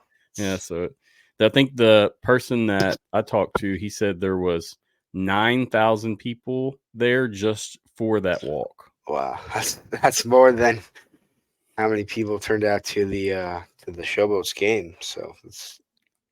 That's what I said. Just give them folks some free tickets, man. That's a great way to capitalize. Honestly, just handing out tickets, or even maybe discounted. People will take coming from I guess a cancer walk and go watch a Memphis Showboats game. Support your local football team. Yeah, I mean UFL hit me up. I got all kinds of ideas ready to roll. So, yeah, this should be a good game, though, man. I think the Houston team has an offense to work with now. We should see a battle here, and I honestly, I don't know who's going to win this one after watching the Roughnecks last week. If we'd have been talking about week 1 Roughnecks, I would say Michigan would take this in the bag, but with what's happened so far, it's going to be a good game. Yeah, Panthers definitely have the advantage with their kicker though. Always. Jake Bates. We'll see how much if he's able to hit another 60-yard field goal this week. That'd be insane. But yeah, no, they have the advantage with that. Everything else, though, I'd say is definitely a toss-up. So we'll see what happens.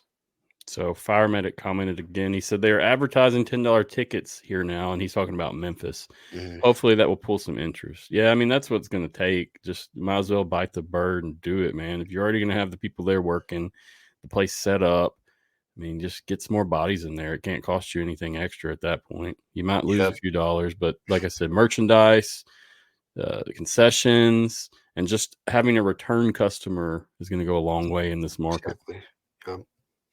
Definitely. So let's roll on and talk about the last game of the week, of this week 3. The St. Louis Battlehawks at the San Antonio Brahmas. I think this is going to be a hit. It starts at 2 p.m. Central, 3 p.m. Eastern, and it's on ABC. Now, this is going to be a good game. I feel like it's going to be a shootout. And, I want to note, too, before we get into any more conversation about it, Destroying, you saw he got injured? Yeah, he's kickoff? Neck fractured because of the poor tackling. Mm-hmm. That's unfortunate to see, because he brought a lot of publicity to the UFL. A lot of Brahmas fans chose to be Brahmas fans because this one guy Destroying was, the kicker for the team.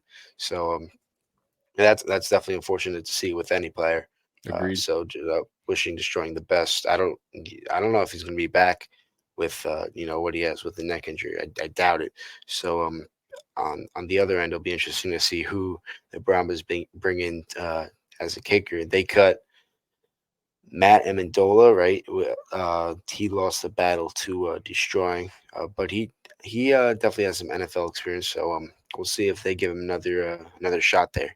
Or maybe another, more renowned guy. We'll see what happens with that. Yeah, I mean, San Antonio, they honestly, and this is me judging from the past couple weeks, is they don't even need a kicker yet. They haven't kicked the field goal. They had that one where they were gonna kick it, and then it turned out to be the 40-yard touchdown to their center, Alex Millette, who also is on the IR. I think I forgot to mention that as well. Yeah. I don't know what's wrong with him. Do you? I haven't seen that yet. I don't know. I'm not sure. I'm sure. I think I saw something from James Larson. I think he reported something with it.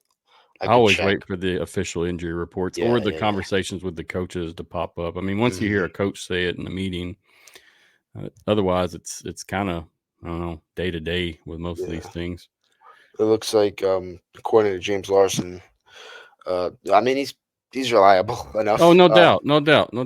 Yeah, he says the Alex Millette, according to AJ Smith. So I guess he spoke to AJ Smith in a press call or something. But Alex Millette is not expected to be. Oh, he's not. The injury is not expected to be season-ending. So he'll be back maybe after the 5 weeks that you're required to spend on the IR. Yep. So we'll see what happens with that because he's probably their best offensive lineman. He was all XFL last year, so it's a tough loss for the Brahmas between Moletti and Destroying in 1 week. Yep.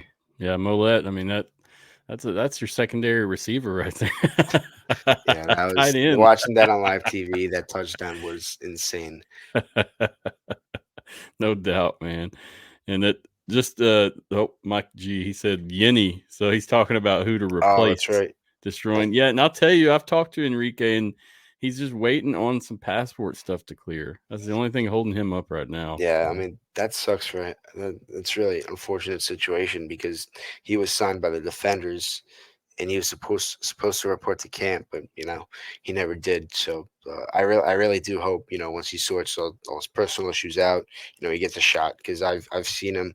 He sends me his clips. I see him posting on Twitter or X now.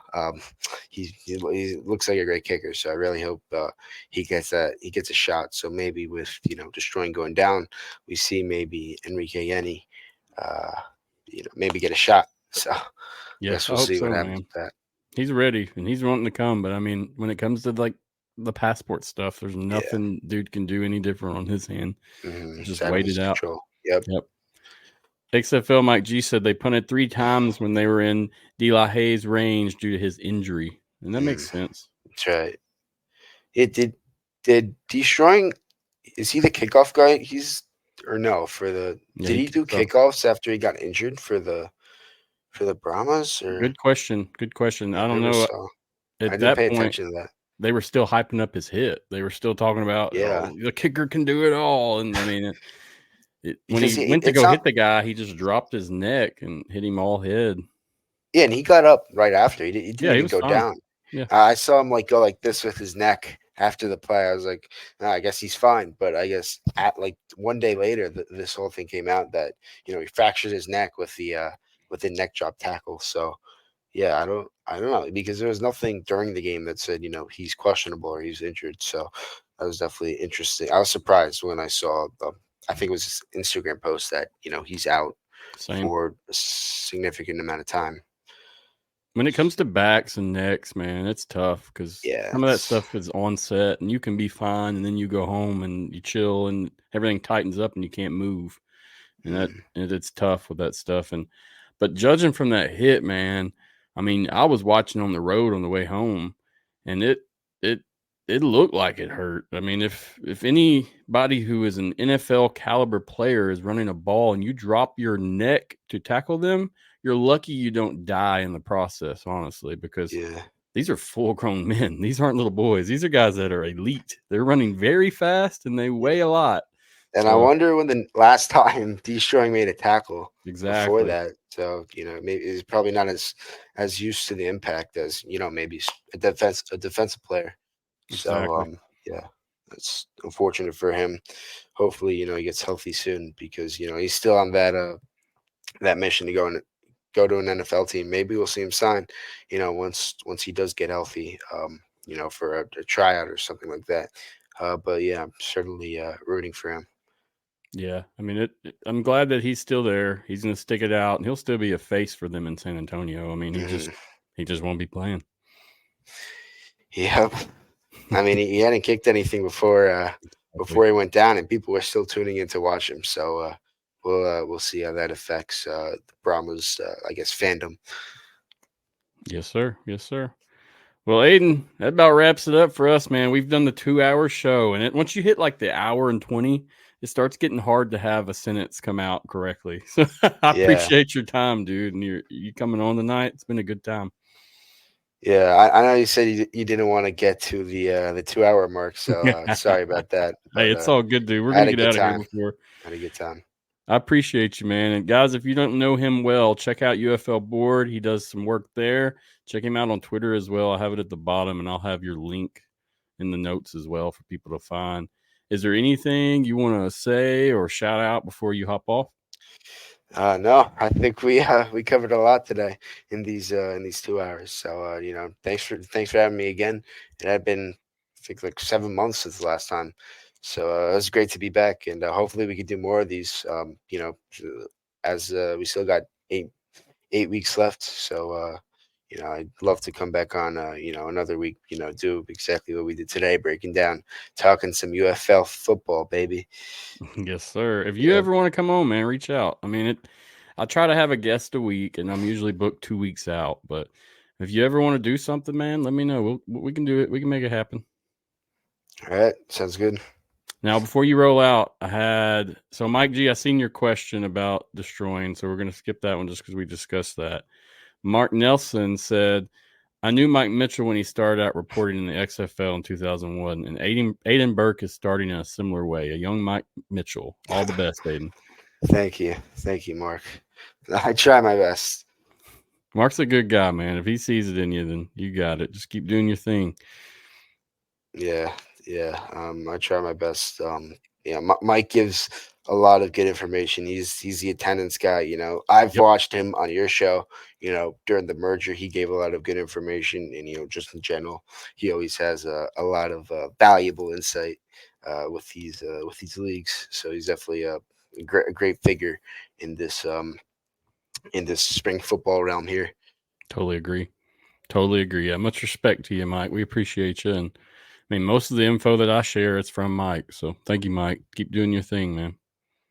Yep, 100%. And you keep doing your thing, Aidan. You're doing a good job, man. To be not out of high school yet, you've made some leaps and bounds, dude. So Yeah. keep it up, man. And I mean, like I said, if you ever need anything from me, reach out. Don't hesitate. Yeah, I'll definitely reach out. I'll come back at least once by the end of the season. I'd love to. Sounds good, dude. Great. Appreciate you, man. You have a good night, and we'll talk again soon. Yep, you as well. Thanks, man. All right. Wrapping it up. We did the 2-hour mark almost. So appreciate you guys watching if you're still watching. It's been a good one getting everybody in here and getting them rolling. It's a little bit of more work and more of a challenge, but I tell you, when it all goes together, it goes together well. So thank you if you're watching or if you're listening after the fact in the audio. Appreciate it, man. If you want to chime in on the show, be active and participate, come on back. We'll be here next Tuesday. And I'll have another guest. Now, this is a really good guest. I'm looking forward to him, but I'm not going to tell you yet who it is. Check back Sunday or Monday prior to the show for that guest name.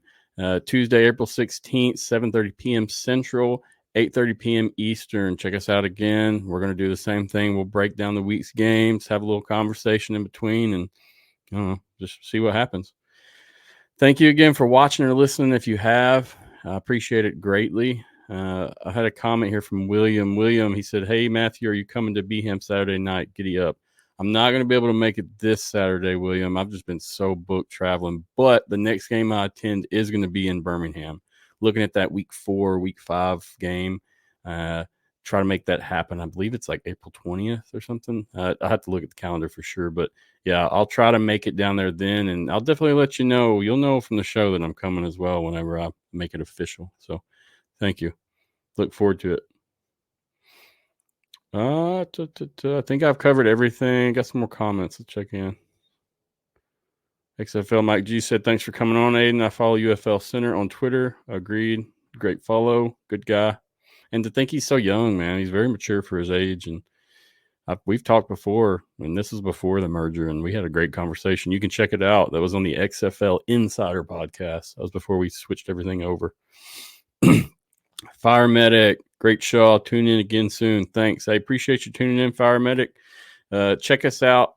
I'll have the socials in the show notes, but basically you can find us anywhere at Alternative Football Network. That's the show's home, okay? So we do Alternative Football Network as a broad stance, but the show covers UFL in general. So that's where you can find me. And that's where I'm the one usually posting and doing everything on the socials for Alternative Football Network. Now, we share a lot of content from the guys and then the girls and doing their thing socially, but that's basically where I'm at full time. So, yeah, check us out. I'll include the notes. They'll have links to everything. You can just click and go. You can also check out alternativefootballnetwork.com. Go from there, and the social links are on there also. That's our side as well. And that's where you'll see some of the stuff from the riders we had on tonight. And then stuff from UFL Board as well. UFL Board, appreciate you, man. That's Mark Nelson and company.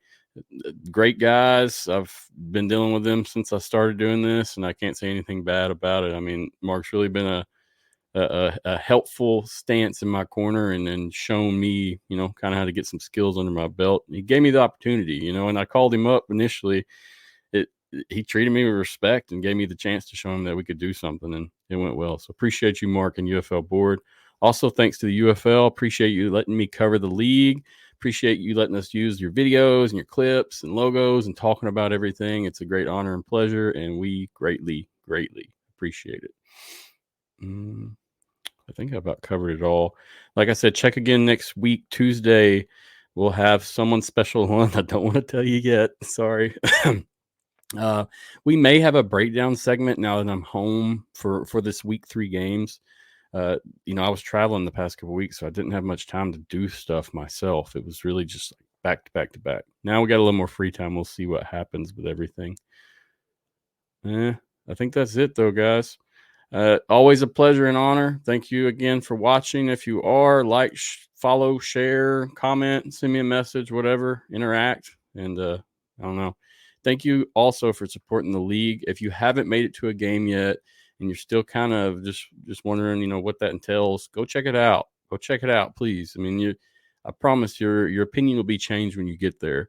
You know, the 8,000-9,000 people seem like a small number, but when you go in person and see what these people are there representing and doing, you'll garner a new respect for the league and the fans in general.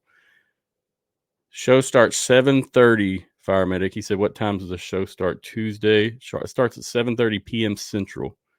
So check out the socials. It's live from Facebook, Twitter /X, and YouTube. And then I put it on all the audio platforms after the fact. And, of course, you can still watch the live from any of those pages after the fact as well if you want. But, yeah, it's always fun. Appreciate you watching again. That's it for me. If we don't talk again before week 3 hits, let's do it. Week 3, UFL, here we come, baby. Appreciate you guys again for watching. I'm out. Much respect. Peace out. Be good. Bye-bye. Go hard, go home, go hard, go hard, go home, go hard, go hard, go hard, go home. Touchdown like an end zone. When the circle turn to my home.